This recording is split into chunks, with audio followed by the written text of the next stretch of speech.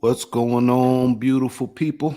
Thank you guys for joining J4 Conversations on a Friday evening. Although I'm glad you're here, I hope that you're not missing some outstanding house party or date night or something like that to come hang out with J4.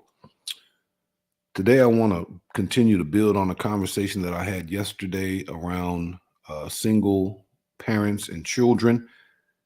The data since the 2000 census is suggesting that now we can extrapolate data based upon two or more races, meaning the biracial mixed family individuals can be represented statistically across a multitude of variables.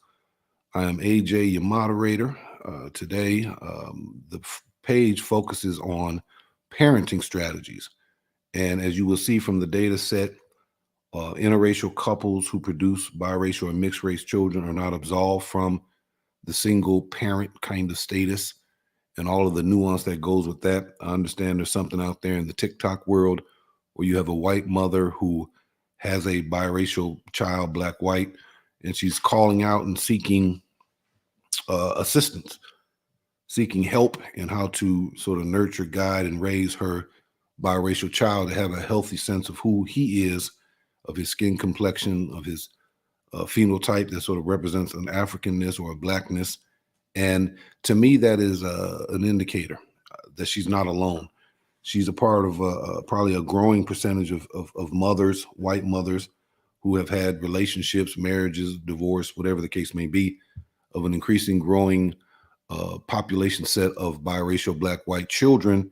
And from a monoracial life lived, they are being confronted with questions that are unique to their biracial children, questions that perhaps they're if they had just a white or a child who also shares their common culture, would not just have, which speaks to the uniqueness, which speaks to the importance of a conversation specifically about raising beautiful biracial children to become healthy, grounded, solid, independent young beings who have a high sense of themselves and are sort of embarking and ready to take on the world. So, in the spirit of a parent show, it focuses on parenting black children, parenting biracial children. I'm a father of 6 kids. In full transparency, I was married once before, and so I can relate to a single parent home situation. I did produce out of that a beautiful daughter. She's now in her 30s, a PhD, and so she turned out pretty well. But as we know, there are dynamics that can problematically impact young children raised in single parent homes. And then now I've been married 27 plus years and have 5 kids together with my wife, and we're raising them, to kind of become grounded, independent, beautiful young folk. So, first thing I want to start off with is that the when I talk about the 9 criteria of what I think it would make sense to have the question of, is the biracial community at a point to where things are sort of falling in place historically that would warrant some serious conversation about either sort of a nuanced identity within blackness, or something unto itself in parallel, or something distinctive unto itself as it relates to some emergence of a culture, right? And that's a dialogue I've been a part of for a couple of months now. And one of the criteria talks about scholarship, the ability to say something about a particular community based upon its its identity configuration. And the only way you can do that is if it can designate itself. Well, in 2000, that particular variable was implemented within the US Census. And so the data set that I'm going to share with you around single parent homes by race, to include 2 or more, is an outcome of folks who advocated for the acknowledgement of both of their love sources. Prior to that, it had shown up in different kind of ways, but something about the 2000 census was a time where they decided that, hey, we're going to show 2 or more races. So that was the designation part. And then you fast forward 10 years, 20 years, now you have a chance to use the US Census to tell stories across multiple variables in ways that prior to 2000 you couldn't. Brother Magic Mulatto's in the house. Brother, what you doing with me on a Friday? You ain't out there in them streets? Mulatto Vanguard. For those of y'all listening in, check that brother out. He's doing quite a bit of work in his own sort of biracial assertiveness and trying to figure out. He's a strong biracial advocate, and that's if that's something you're interested in. He's a page that's certainly doing that in robust, dynamic kinds of ways. Mulatto, I'm actually building upon the conversation yesterday, and then there's a couple of things that I'll kind of share. But hey, appreciate you riding with me or coming in. So let's start macro, micro, right? So the rise in single parent homes is not unique to biracial communities. It's not unique to Black, Asian, Native communities. It's something that is, it's a phenomena, and there's a host of different reasons. Excuse me. There's a host of different reasons why that might be. That's not this show, but let me just share with you. So this is taken from the census living arrangements of children under 18 from 1968 to 2020. I was born in 1968. I was raised by a single father after the age of 15 when my parents divorced, so I have some sense of it. But if you look at two parents, mothers only, fathers only, or no parent, we see that since the 1960s, that the data has sort of increased. So if you look at the first line there, no parent, you had roughly 2.8% of beautiful babies who, for whatever reasons, didn't live in the home with their maternal or paternal parent. And that could be raised by a grandparent, or they could have been, in foster care.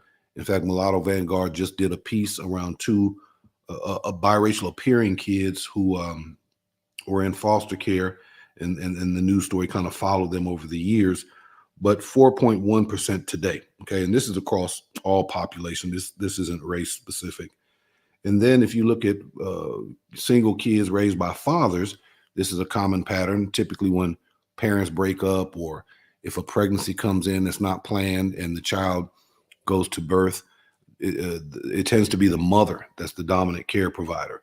But fathers are present as well in some instances, as was the case in mine. So 1.1% of fathers were raising single children in 1968. And then if you fast forward to 2020, the most recent data set, that number was 4.5%. So all categories increasing, more and more fathers, although on the very low end, are assuming primary care for their children, sons and or daughters. Then the next category, mothers only, in 1968, about 11% were single parents raising kids. It doesn't talk about the number of kids, but about 10% in 1968. But then you fast forward to 2020, roughly 50 some years later, the the number has doubled. The number has doubled to 21%. And of all two parents, it was 85% in 1968, and then 70.4% today in 2020. And so we're seeing a decline in two parent homes, and we're seeing an elevation across no parent, fathers, mothers raising single parent homes. So this is a national trend. And when you extrapolate it by race, this is what you get. Okay. I know that's a little small. All right. So it looks at American Indian, Asian, and Pacific Islander, Black or African American, Hispanic, Latino, non-Hispanic, white, two or more races in the total. So the total is 34% of kids today, based upon this data set, are raised in single parent homes. 34%, or the equivalent of 23,756,000 kids. All right. That is as of 2019, which actually doesn't quite square with this one. Oh, these are percentages. 70%. If you add that up, that's rough. That's about 30%. And we go back here, 34%. Okay, so there's some variation there, but in the 30%. If you look at two or more races, in 2010, again, 10 years after the US Census, it was no, that's a white folk. Let's see. If you look at, come on now. If you look at two or more races, and again, we don't know the configuration. We don't know if it's black, white, native, Hispanic, Asian, black, whatever the case may be. I think that is the maturing of the US Census, where the US Census will become more succinct so that you can tell stories and scholarly understanding of biracial or mixed kids to succinctly, right? Because as you will see by race, there's variation, I imagine, within the broad multi-generationally mixed or biracial, you'll also see variation stratified there. If it's stratified at a monoracial level, it'll likely be stratified at a biracial or mixed level. But in 2010, 10 years after the census initiated two or more races in a formal kind of way, it was 42%. 42% of kids who have some duality into their identity were in single parent homes. Just to affirm that the title is Children in Single Parent Families by Race and Ethnicity in the US, and then it extrapolates it. So two or more races in 2010, 42%, and then it consistently stays in the low 40s all the way through 2019, which is the last data set presented here. In 2019, 40%, so a slight drop. That the highest was 43% in 2012, 13, and then right now it's at 40%. So it's hovering right around, 2/5 of children are raised in single parent homes, or 4 out of 10 are raised in single parent homes. And if you compare that, it's not the lowest, it's not the highest. Just to give you the full data set, in 2019, 52%, over half of American Indian beautiful young people were in single parent homes. If you look at Asian Pacific Islander, 15% were raised in single parent homes. If you look in the beautiful Black and African American community, it was 64%, so well over half. If you look at Latino, it's roughly equivalent to what the two or more races is, 42%. And then if you look at non-Hispanic whites, we're looking at 24%.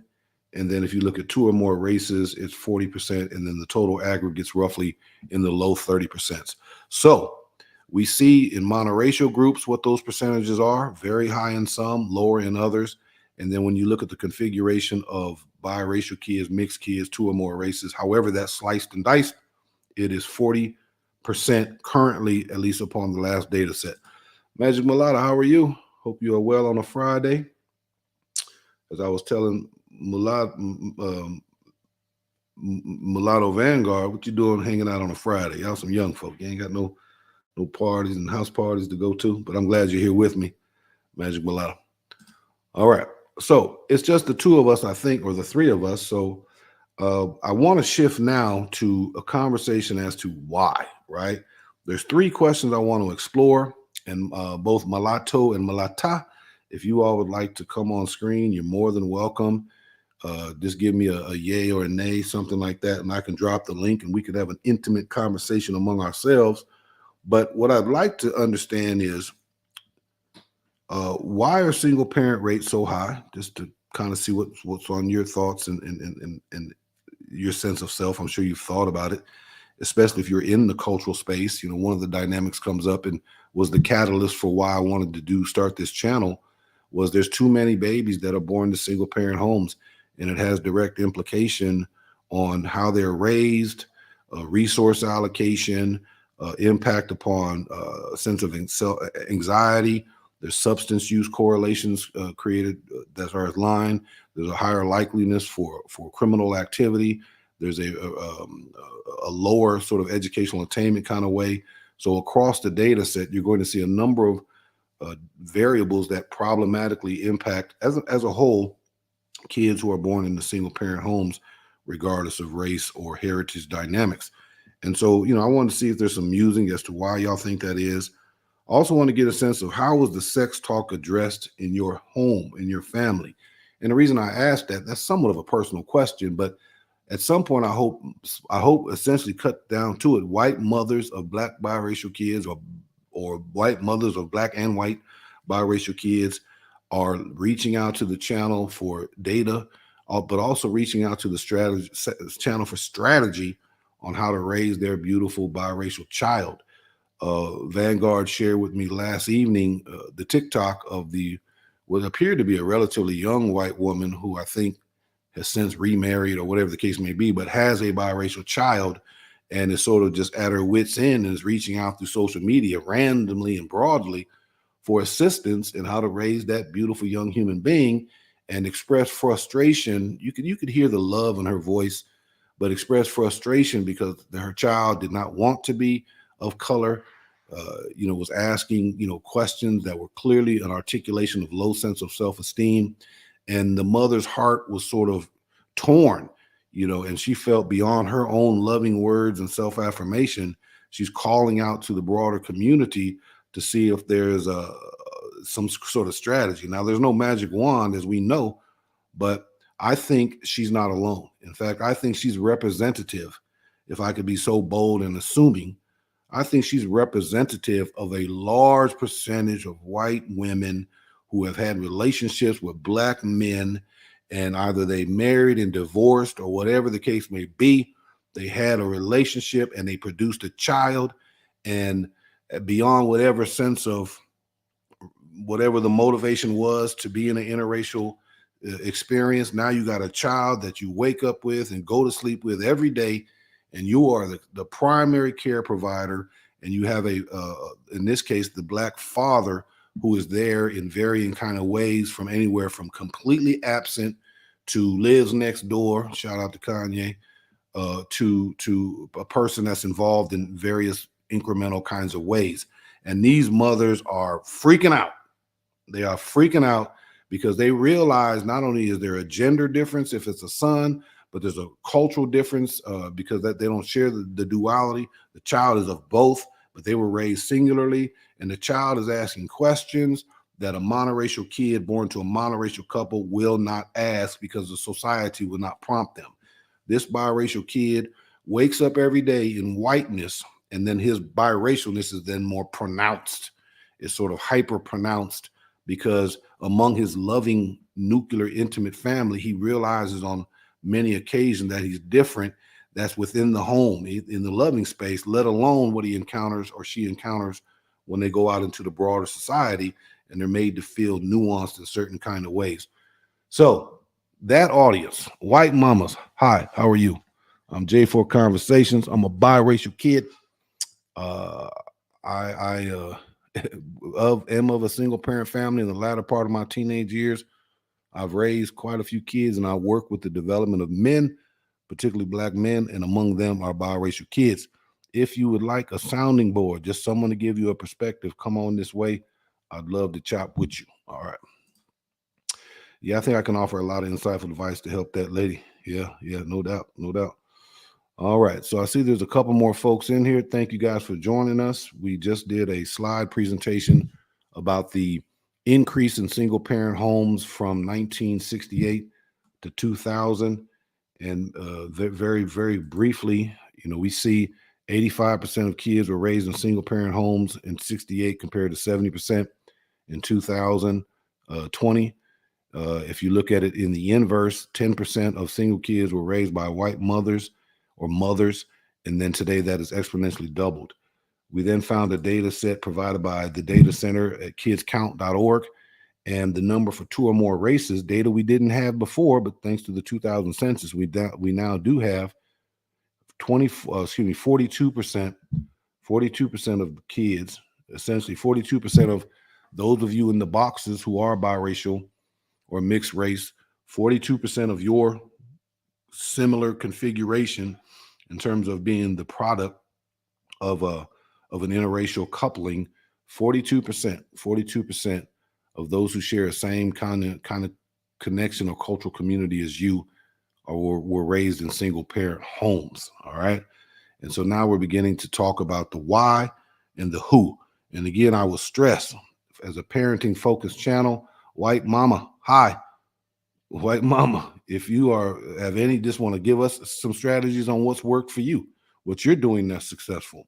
Where are the areas that you found yourself at odds? You had no words, no encouragement, no motivation, but yet you work through it. And then in hindsight, you can offer similar mothers and fathers the benefit of your expertise. Jose Negron, good to see you, brother. Good evening, J4 and Magic. Hey, and appreciate that. Okay. All right. So what I want to do now is I want to ask, why are single parent rates so high? We can explore that one. I also want to understand, how is the sex talk addressed in your family?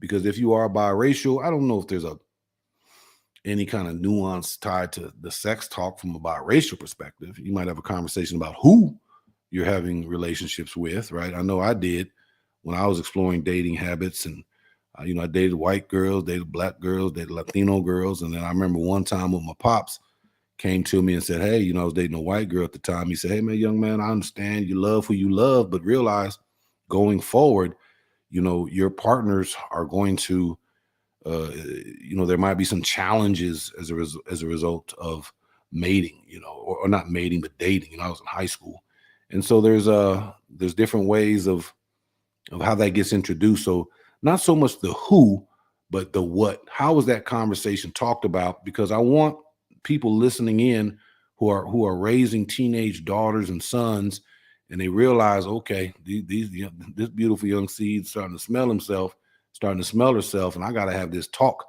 And then finally, and I'm going to tee this up right now, but are teenagers infantilized?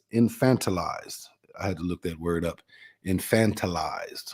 Are teenagers infantilized? Meaning, we treat when you treat someone as a child, they act like a child, right? Are teenagers problematically infantilized? Okay. So before I get the musing on that, let's check this out.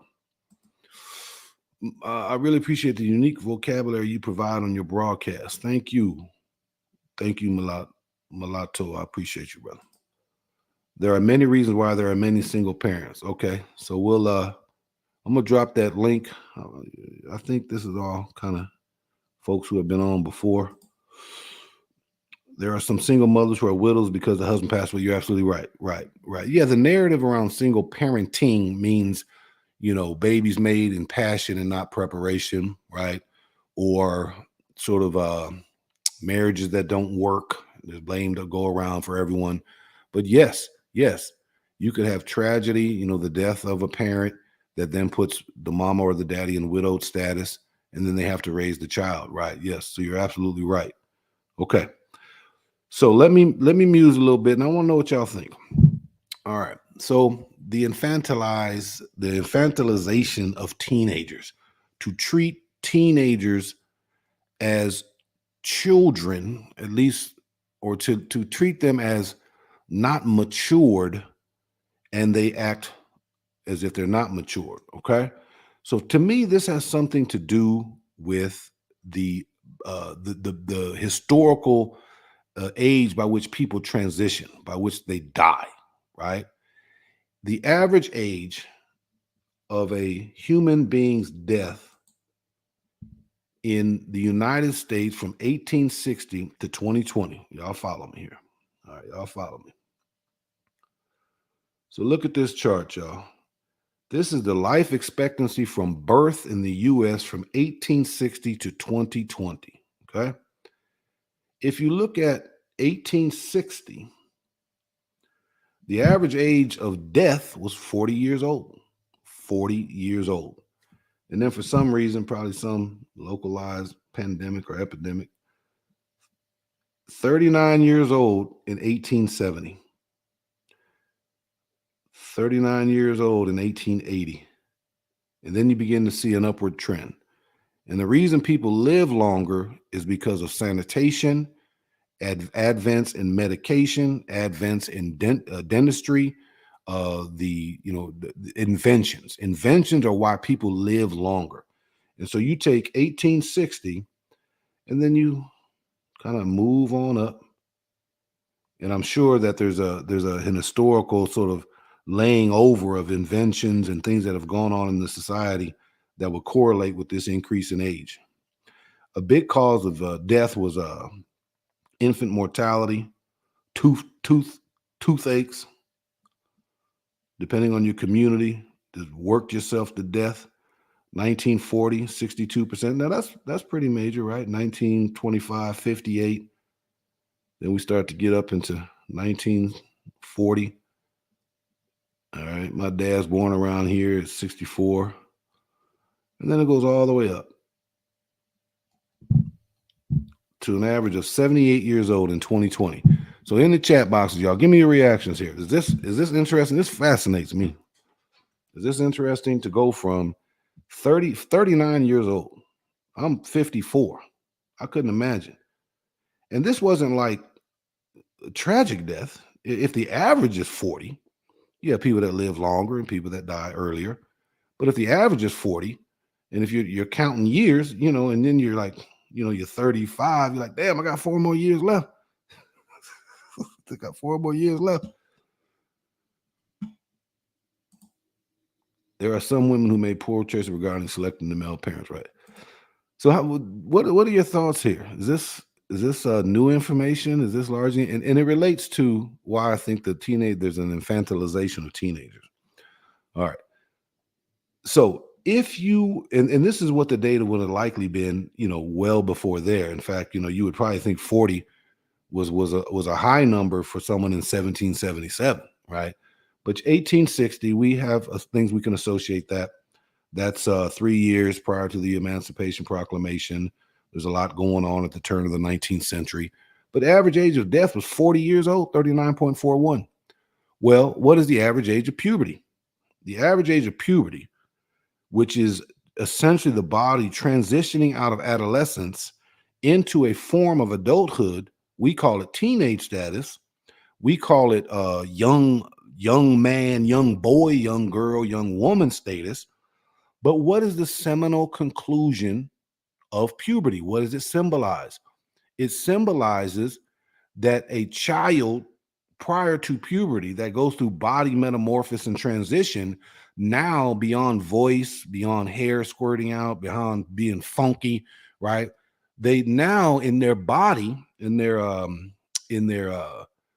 ovaries and in their testicles, they now have the capability of producing semen that's potent, semen that can produce life, right? If you can produce life at 15 and you anticipate death at 40, 15-year-old means a whole something different. Yes, with advanced life extension technology, humans can live to 100 and over today. Diet, health, lifestyle determine the outcomes in most cases, right? So you have a person that could reach 100 years old through diet, through healthy lifestyles and whatnot, but they've been capable of producing a child since they were 15. If you 15 to 100, 15 does sound very young. It sounds very, very young.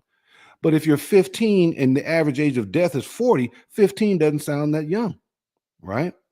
15 doesn't sound that young.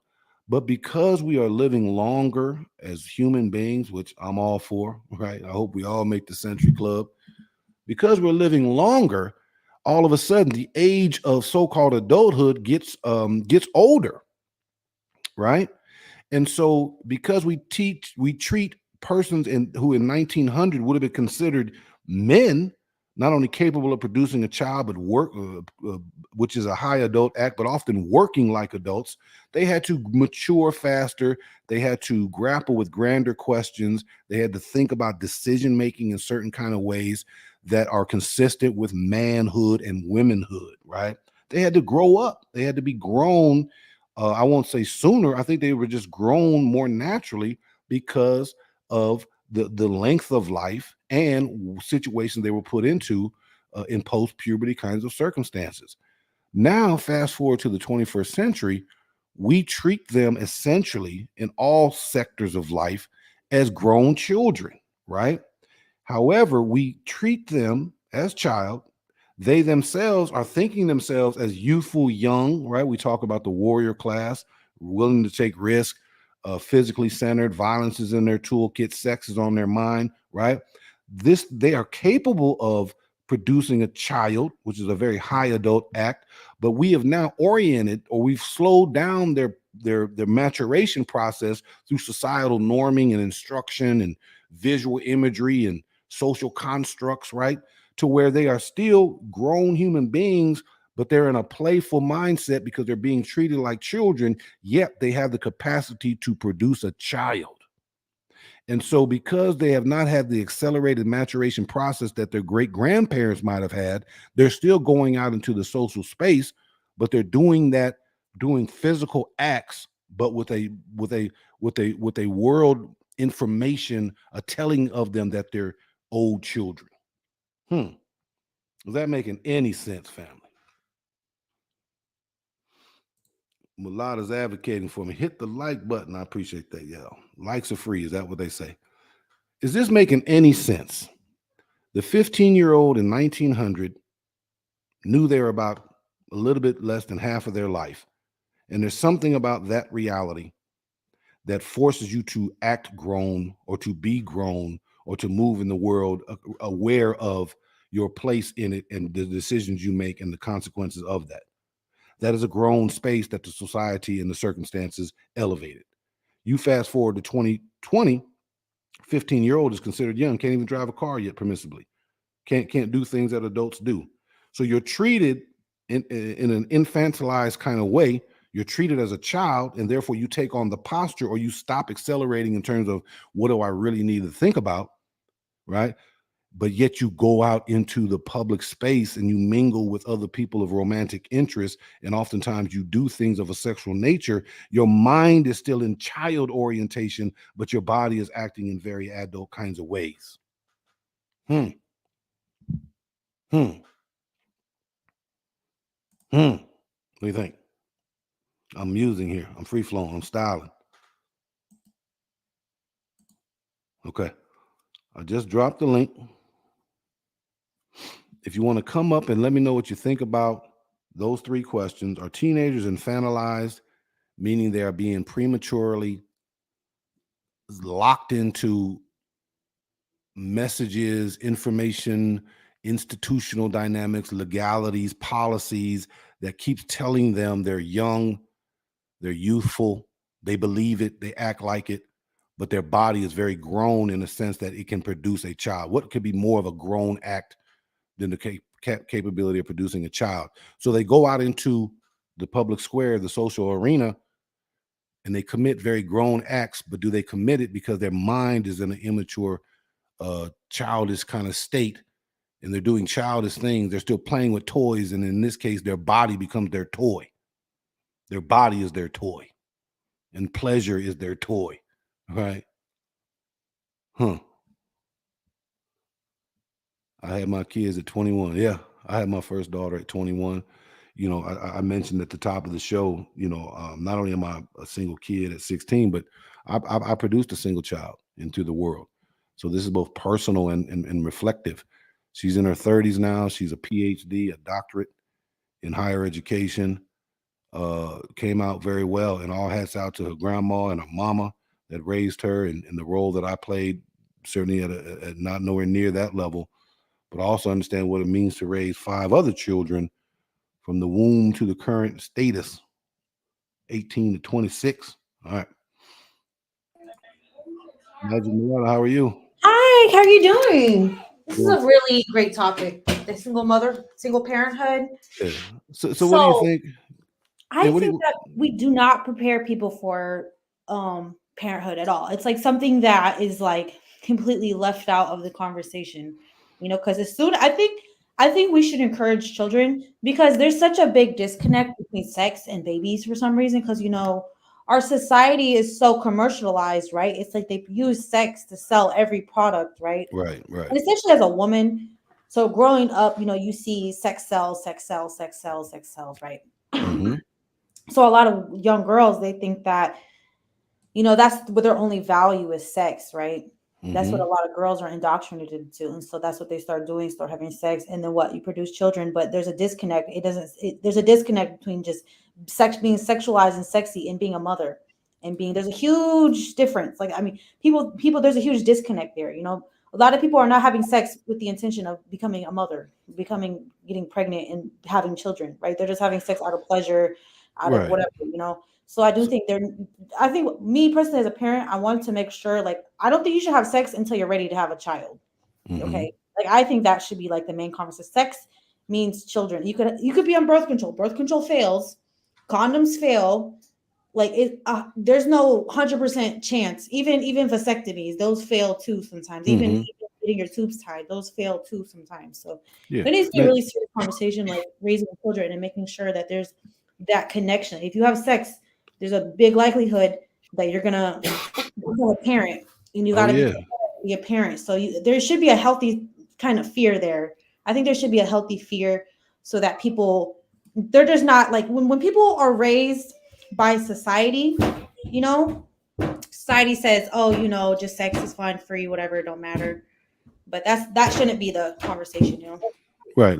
And you're bringing up great points. So let me kind of go back to the chart here.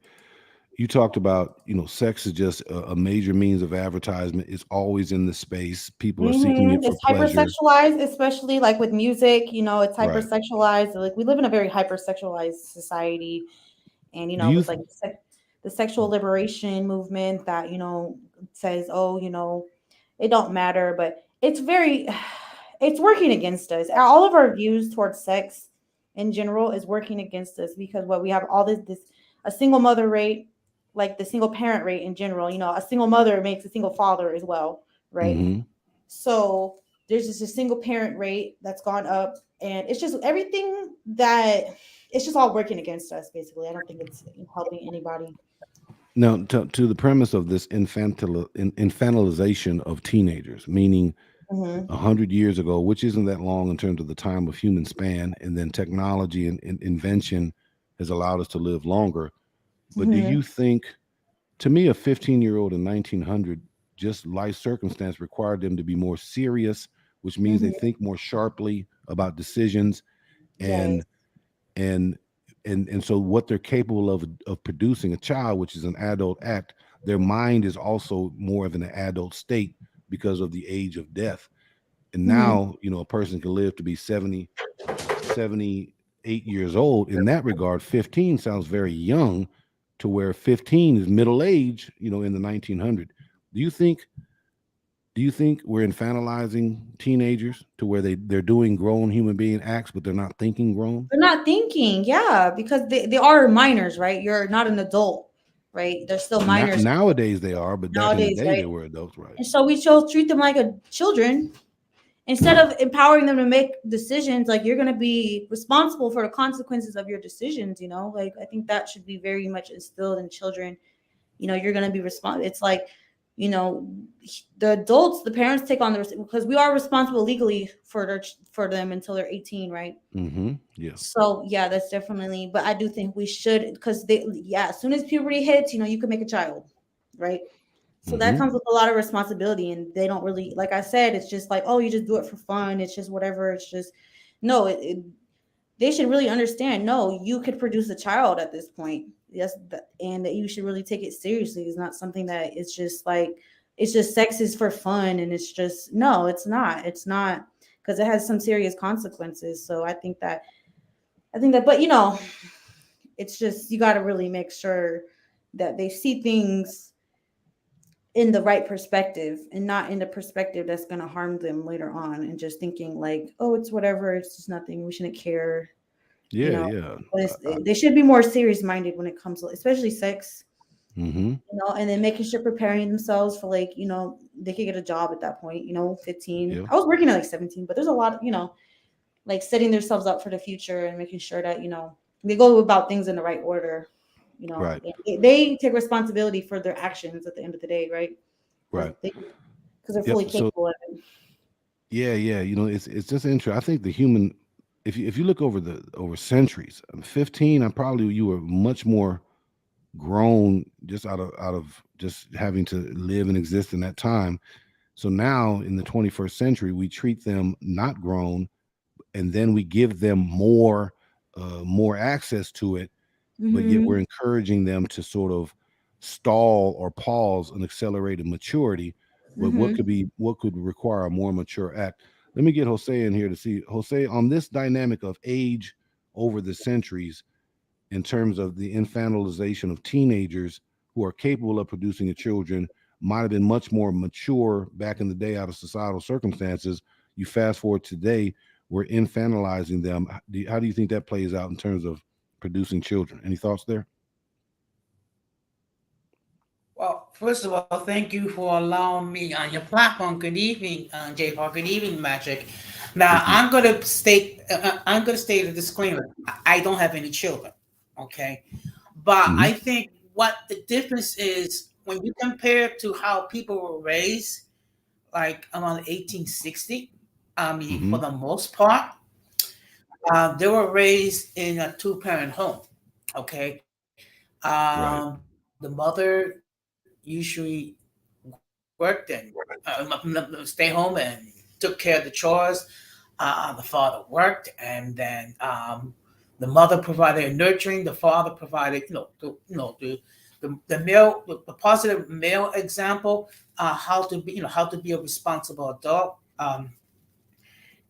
and also going into the 60s, you do see a lot, the onset, a lot of single parents. Okay, now again, when we talk about single mothers, we have to make a distinction between Hmm. those who became single mothers because they were widowed, and then we have to make a distinction regarding those who unfortunately they made poor choices. Because unfortunately, you do have single mothers who made poor choices regarding who they access to their body, and Hmm. not doing everything that they can to avoid not only unwanted pregnancies but also sexually transmitted diseases. Hmm. Hmm. So that's some of the reasons why you do see a large number of single mothers out there. And don't get me wrong. I think there are some great single mothers out there. I think there's some great single Yeah, no mothers doubt. who do an excellent job. They do what they can. With the absence of the father. Unfortunately, you have some who have done a piss poor job, and we can see it with the way their offspring are raised. Yeah, yeah. You guys are absolutely right.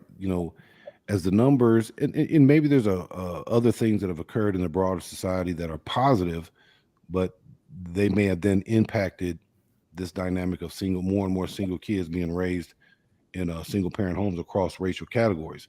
The and we know it's an aggregate. There's countless single parents out there who just handling business, doing what they need to do, and the children are turning out fine. But I think the data is sort of unarguable that two parent homes, assuming there's functionality there, is the best formula for raising children. Um, so as potentially white mothers listening in, trying to figure out how to raise their biracial children, as you all from your own experiences, how did that talk go? If you don't mind sharing, did your parents, or in the case of you, Malata, I don't know how old your children are, we can't avoid the sex talk, I guess is what I'm asking, right? And what are recommendations or strategies parents listening in to can hear as it relates to having that important critical talk?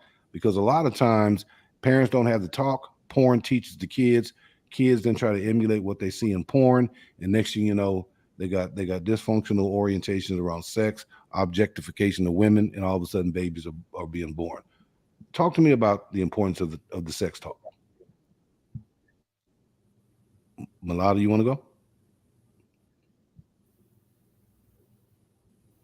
Jose, Yes, okay, go ahead. yes. I think that, oh God, it is such a, you know what has prevented, having so healthy sexual education is like religion, right? Because it's Mm, like, oh, religion is saying, hey, sex is bad, sex is dirty, don't do it unless you're married. In the mm-hmm, conversation, right? So that's prevented a lot of like, there's a lot of shame around it, especially with women. You have to be virginal, and you don't want to be a whore. You don't want to. There's a lot of right. shame. There's a lot of, but whatever you suppress, it makes it. You can't really suppress things because it just Mm-hmm, causes. When you suppress things, it's never a good thing. I think it should just be normalized. Like, hey, sex is just something that it's reproduction. That's the main purpose of sex. Is just reproduction, right? And that's something that two people who are ready to have children should come together and they have sex when they're ready to have children. I think that should be the conversation about the main function of it is just for reproduction, right? Like that's the main purpose of yeah, it, yeah. That's a right? powerful statement you made. What you suppress actually will become a point of obsession, right? Mm-hmm. There's a correlation between suppress and obsess because Exactly. you make it so taboo and you associate so much Mm-hmm. Mm-hmm. negativity to it, and then Exactly. you couple the fact that the person's body is wanting that, right? And when Mm-hmm. they get out there, Your they go, hormones and yeah. yeah, they go Mm-hmm. wild, Mm-hmm. which is another reason why moms, dads, you got to have the conversations. One of the benefits of two parent homes is I had the conversation with the boys, and my wife had the conversation with our daughters. So that's a benefit of a two parent home. It's a rather simplistic kind of benefit, but women talking to their daughters because they have life lived in that space and having candid conversations, and then fathers talking with their sons about what their body's going through, what it can Mm-hmm. produce. And it takes And a father to understand because we don't know what men's bodies go through and having that yeah. level of testosterone. I've heard men say like when the testosterone hits like a young boy, it's like it could take you over. So we don't know what that's like. We have a totally different Mm-hmm. experience. So it does take fathers to talk to their sons. That's why I believe fathers are so important. Mm-hmm. I'm pro making sure like the fathers are in their child's lives because it's very important, and they got to protect their daughters too from these boys that are filled with testosterone and just want to, it's you got to protect them from that and making sure not the wrong boys are like but oh, family's everything. I am so pro marriage and pro family, you Right. know, especially I'm very pro family, pro marriage among like biracial people too. Like my husband's biracial, I'm biracial, I'm mulatto, he's mulatto. I'm pro that too. I think it's good. I think it's a positive thing too for us to come together. But of course, and I think just healthy families in general are a positive and wonderful thing. Yep. Yep. Nope. Mhm. Love who you love, but there is something to be said about parents who have a similar life lived produce a child that has a similar beginning.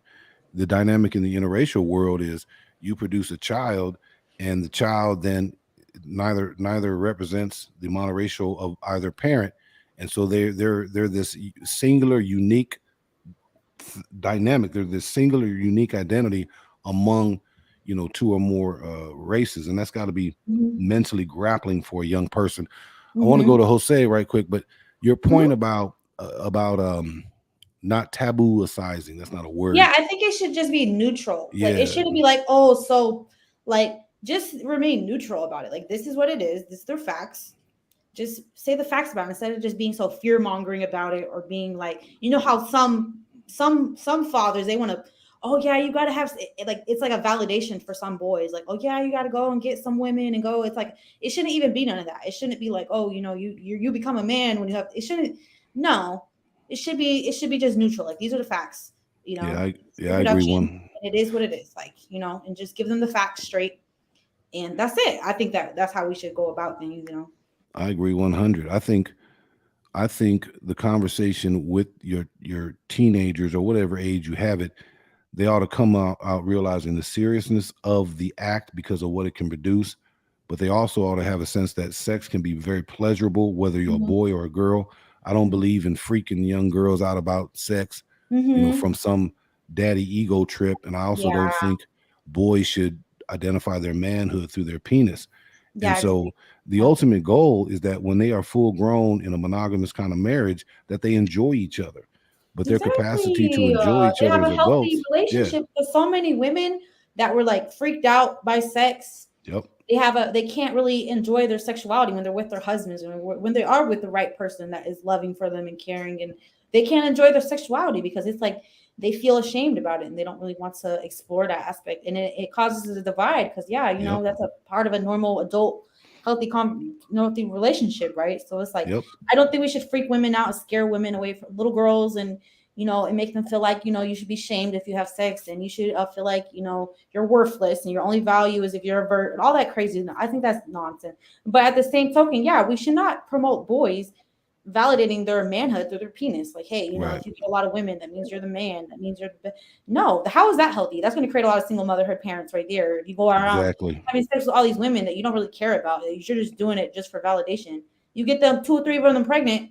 I heard stories like that in high school. It's like, yeah, he was in high school having sex with a lot of girls because he thought that was cool, and they were all getting abortions. So Yeah, that's all tied to it, right? You talk about Mhm, single parent homes, but then abortion, whatever your politics are on that, mhm, those numbers don't show up, but it does mhm, underscore a certain carefreeness, a problematic carefreeness in terms of how young people, late teens, early 20s, go about sexual exploration. And then obviously, if they're having children, either they are surprised by that or in a very young, immature act, intentionally did it without thinking that through, 18 years and about $280,000 to raise a kid. Thank you, Magic. Jose, what's your thought on the Sure. sex talk? I don't know if you've had it with a nephew or a niece, but what are Okay, your thoughts well, there? okay, well, first of all, I'm going to cut a little bit slack when it comes to Christians talking about sex because, first of all, for some of them, it's a very difficult topic to discuss because when you talk about sex, you're talking about all the different forms of arousal. I'm not going to Hmm. go into details. I think we all know, what I Yeah, mean by that. And sometimes it's a fear that if we do discuss it with our children, we're basically telling them to go ahead and do it. No, which is not the case. What we right. need to do as parents and as parental figures is let them know, okay, this is part of life, okay. It should be done responsibly, okay. You shouldn't be doing this with every with every female or every guy or whatever you. And unfortunately, there is a double standard. I mean, if a guy Right. sleeps with a whole bunch of women, he's a stud. But if a woman sleeps with a whole bunch of guys, she's a 304. Okay, Hmm. and one thing that we have to bear in mind that is that unfortunately, the women deal with the responsibility of becoming pregnant because of risky behavior, and not only that, being exposed to sexually transmitted diseases. So Hmm. when it comes to something as adult related as sex, it should be done with the knowledge that okay, it's an adult activity. You need to make adult choices, okay? Right. Right. And women need to some women need to do a better job selecting who's going to get access to their bodies because basically they're the ones that determine the access. Yes, Jose, I'm hearing in your comment that it's a conversation where responsibility and accountability goes both ways, right? We need to have conversation with our sons Yes. about, yeah, you may get positive affirmation from your peer group, but you're also developing a sexual expectation that's hard to replicate in monogamy. And so you might have fun in the minute, but how are you going to leverage or manage a future life? And then you're letting women know the power of their decisions, not only in the sense of holistic joy in sexual activity, but also the risks that can come with it in terms of partner selection. And then yes, the double standard, that's sort of a crazy nuanced dance where women hold the burden of their sexual choices, and men often get praise from it, as you talked about. Let me switch now, and you do bring up an interesting point about religion, and obviously people live out their belief system in different kind of ways. But I will say this: if your child is ever outside of the house beyond your watching eyes, they have the potential to find themselves alone. And if they have the potential to find themselves alone, their biology is kicking, their biology is raging. Now their family value system or their instruction may let them keep that at bay, but they are at risk. Your baby is at risk if they are outside your eyes, out in some kind of public environment, and they have the capacity to be alone with someone they're curious about. And so you just got to weigh these choices out between personal beliefs and the reality of young people in these sort of social streets. And young people gonna get it in, y'all, just like y'all did when y'all. I'm not saying y'all too, but just like people in the age said, get it in, and our children are no different. So, assuming you're wanting to have the conversation, what age do you think you ought to have it? Any thoughts there? And appreciate y'all just joining in. We're talking about single parenthood, two or more races, 42% of biracial kids, mixed kids, are born in single parent homes. And now we've evolved the conversation about the importance of parents to have conversations with their seeds about the sex talk, right? As a way of informing and hopefully addressing the dynamic where you produce a child out of immaturity and passion and not preparation, which ultimately ought to be the goal. What age y'all think? What age? Either one. I think around the age is between 8 and 10 years old, Mm, depending on the maturity of the child. Because you're getting to that point where they're transitioning from being a child to adolescence to a teenager. And the fact okay. of the matter is, those of us who do have certain Christian beliefs, at times we do struggle with the concept. I'm talking about sex, Mm-hmm. but we need to be honest. We need to make it perfectly clear. Okay, is it enjoyable? Yes. However, you have to be mindful that this is an adult act. You need to make adult choices and make responsible adult choices.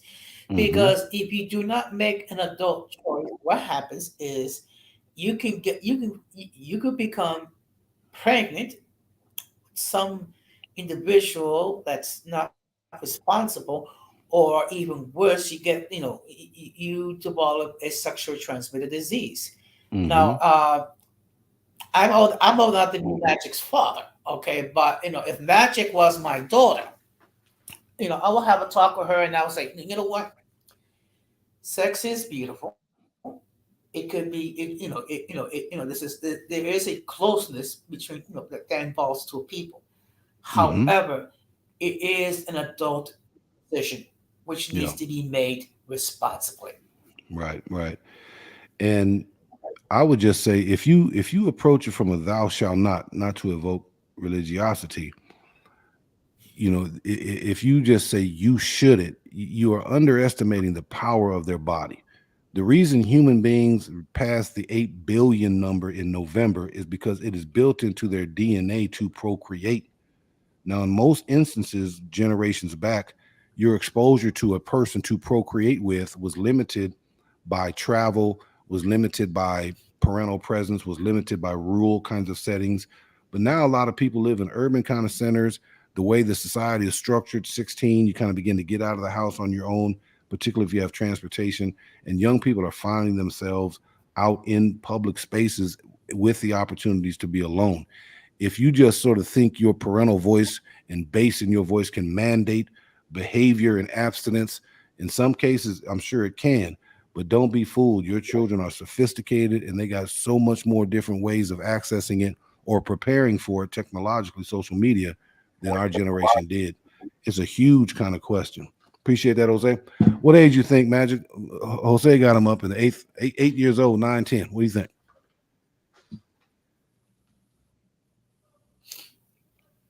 Magic is halfway listening, I think. Okay, I'm here. I was let's. just making some Okay. food real quick. Oh no, go ahead. And if you need to take time, go ahead. No problem. Oh, what was the question? Hold on, I was making some food real quick. At what age should you have the conversation? Oh, me? I never even had that conversation, to be honest. I Mm. was kind of thrown to the wolves. Mm. I was raised okay. So my parents, my mom and dad were married. My mom's black, my dad's white. They were married, and then they got divorced when I was 10. And so my Okay. mom was a single mother. She was working all the time. She didn't really have time.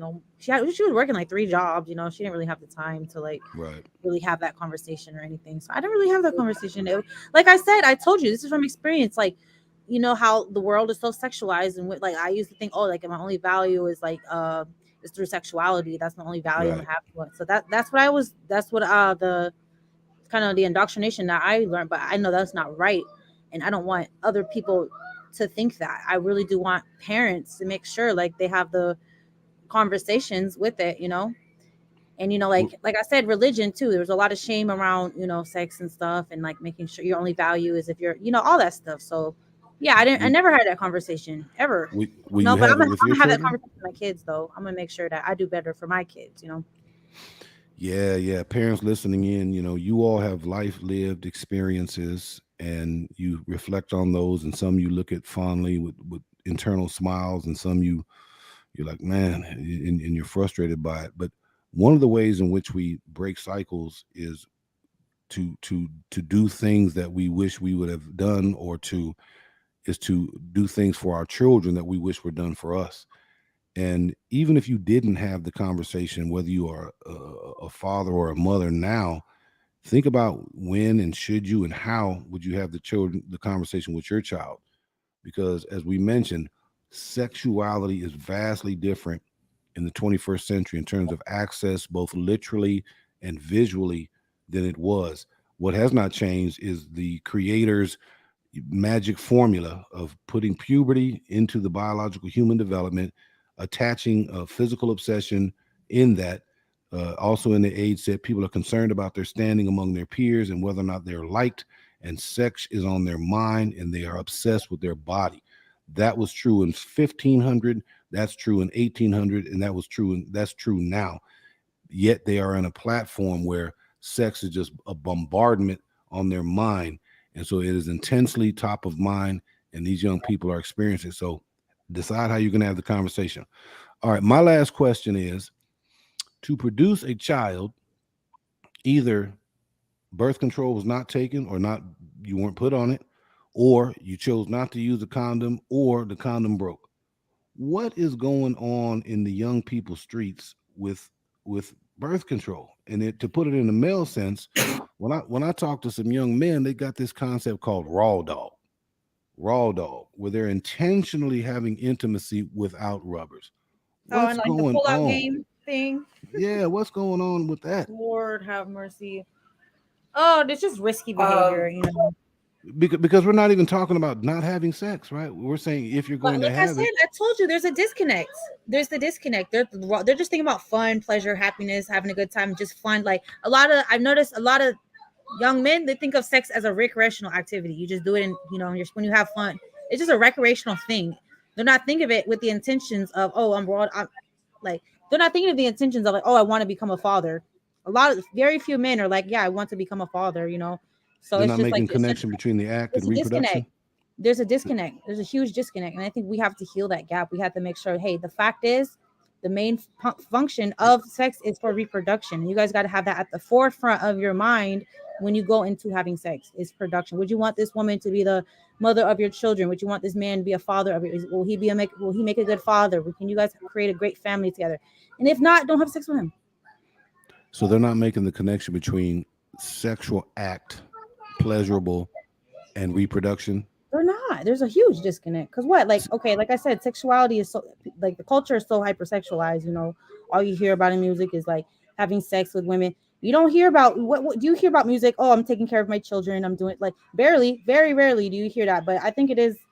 But I'm just saying, like, I think that there needs to be that connection because so many people just think of sex as fun. It's just fun. It's pleasurable, but they're not thinking Yeah, of it as like, oh yeah, you know, I want to use sex to create a family. yeah, That's not their intentions. So yeah. I that's understand. I understand them wanting to have sex and the pleasure of it, but the fact that you don't connect, raw sex with the potential for child, that's baffling to me. And the fact that you can still use a condom and still have the, very, very, very close to the same level of pleasure, and then at the same time take good precaution for pregnancy or STD. Why raw dog? If it's the fact that you have young um, people, that's wild. Go ahead, Jose. I'm sorry. well, you know what? Unfortunately, you have certain boys, because I'm going to call them boys, Mm-hmm.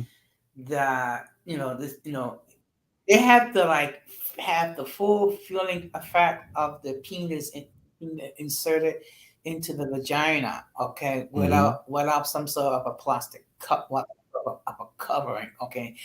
What they don't realize is the following: when you are in the throes of passion, you're not thinking, "Oh, let me remove this penis from the vagina before I ejaculate inside of her."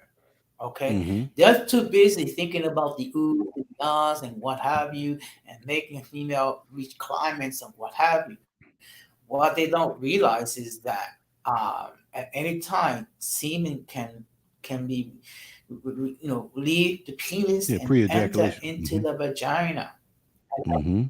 Yeah, and not only that, again, there is the risk of sexually transmitted diseases, either Mm-hmm. because the guy has an STD, or the woman, or the female that he's doing, not being boots with, may have an STD. So I Mm-hmm. mean, so it's just being irresponsible, okay? And if I had a daughter, okay, I will stay, I would teach her about sex. I would say I would prefer that you abstain until marriage. Mm-hmm. However, if you're going to go ahead and share your body, access to your body to a male, Mm-hmm. choose carefully.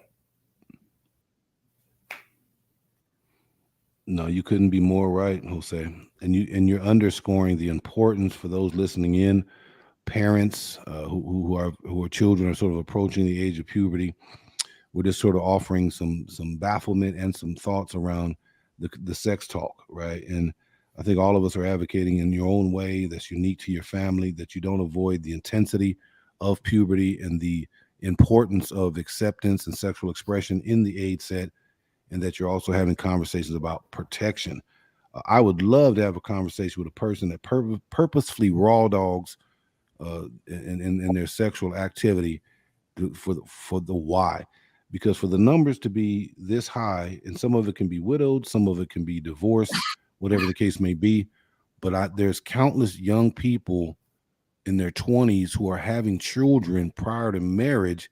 And this isn't a conversation about not having sex. Get your sex on, but leverage the availability of birth control so that when you're ready to produce a child, you do it out of preparation and not sort of discovery through a pregnancy test when the period was late. It's a very common thing to ask, and it's so important that parents just reiterate. When I talk to boys, I say, have a condom in your car, have a condom in your pocket, have a condom in your backpack, have a condom in your drawer, wherever you might find yourself alone and needing to access that thing. You have to, and it's not a compromise of your pleasure. Whatever the measurement of ejaculation feel, it's not that different with the condom, and it certainly isn't worth producing a child with a person that you barely know and wouldn't even bring home to your parents. On that last note, I'm gonna give Mulata any last closing thoughts, and then we'll go to Jose, and then we'll wrap it up.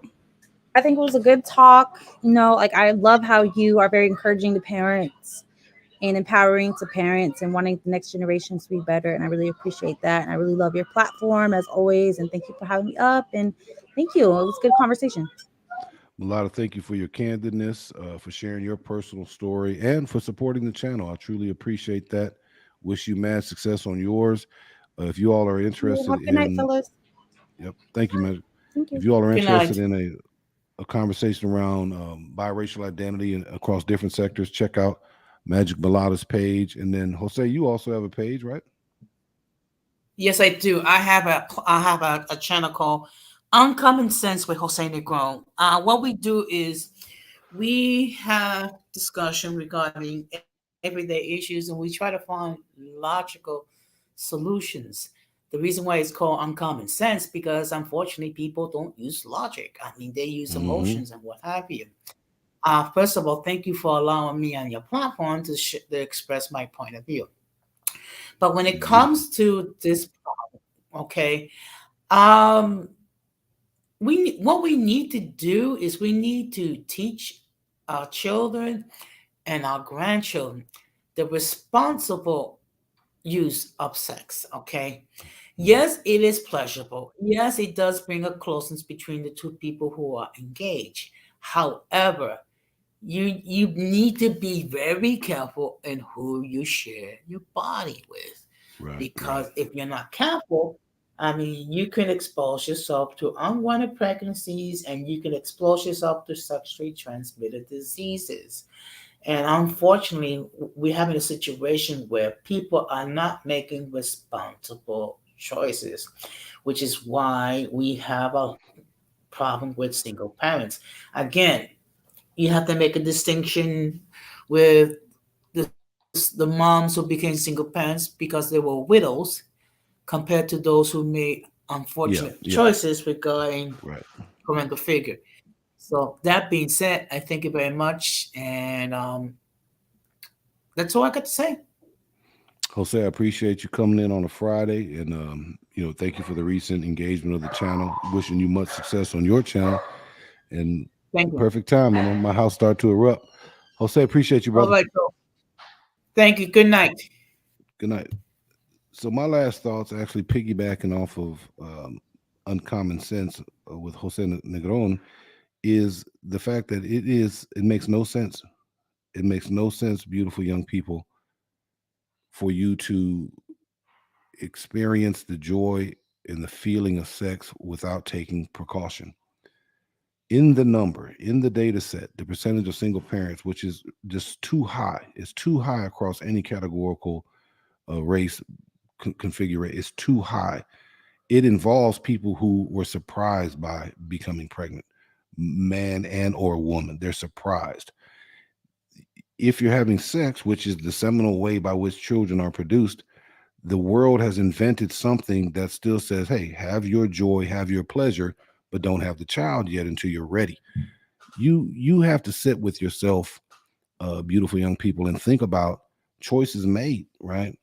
And your sense of joy will not be compromised. Men, in terms of a little bit of latex. Women, you have over 30 forms of birth control available to you. You have to take management of your life, particularly if you're doing acts that can produce a life. You have to manage that.